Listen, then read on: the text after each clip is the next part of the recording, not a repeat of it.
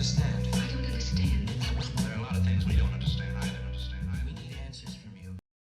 Hi everyone, this video is going to cover some general updates to the contact and CRM functionality, TalkPoint, printing, and the calendar integration.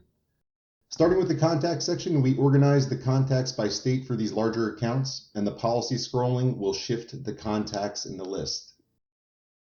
It isn't new, but I'll point out the Xdate report for a concise look at all policy states. The location schedule can also be helpful. Only tip here is that you can easily copy and paste it to a spreadsheet if you actually want to make use of it. Let's say Christina is the right contact, but she asks you to call back later.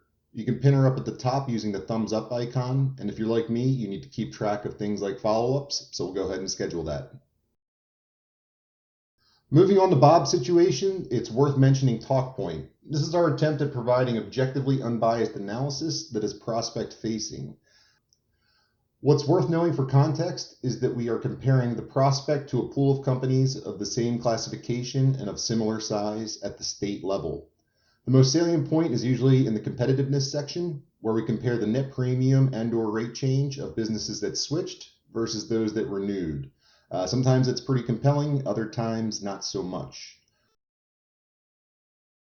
This brings us to the print update, which lets you select which tabs to print.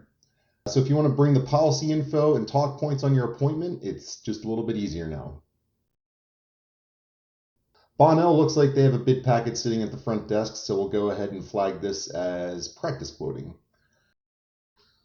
We'll wrap up on the pipeline and check out the calendar integration. Scheduled follow-ups and appointments appear in the bottom left on the calendar. Everything else shows up in your latest flag section.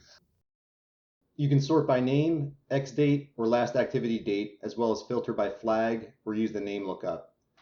Agency account holders can also view their team's activity by clicking on the sub-activity button. You can also pull up flagged accounts as a list here. One side note is that you can also access your hidden accounts if you need to unhide any of them. The calendar integration can be set up on the settings menu. I have mine set up so only appointments sync with my calendar, and you can adjust that here. You can also set up default notifications, so 10 minutes, 1 hour, whatever you prefer. Events include info like the business name and address, incumbent carrier and renewal date, contact info, and a link to open the record in your mobile app. So if you use a work calendar and you're looking to cut out some redundancy, this is definitely the easiest way to do it. That's it. We made it. Thanks for watching, and I'll see you on the site. I don't understand.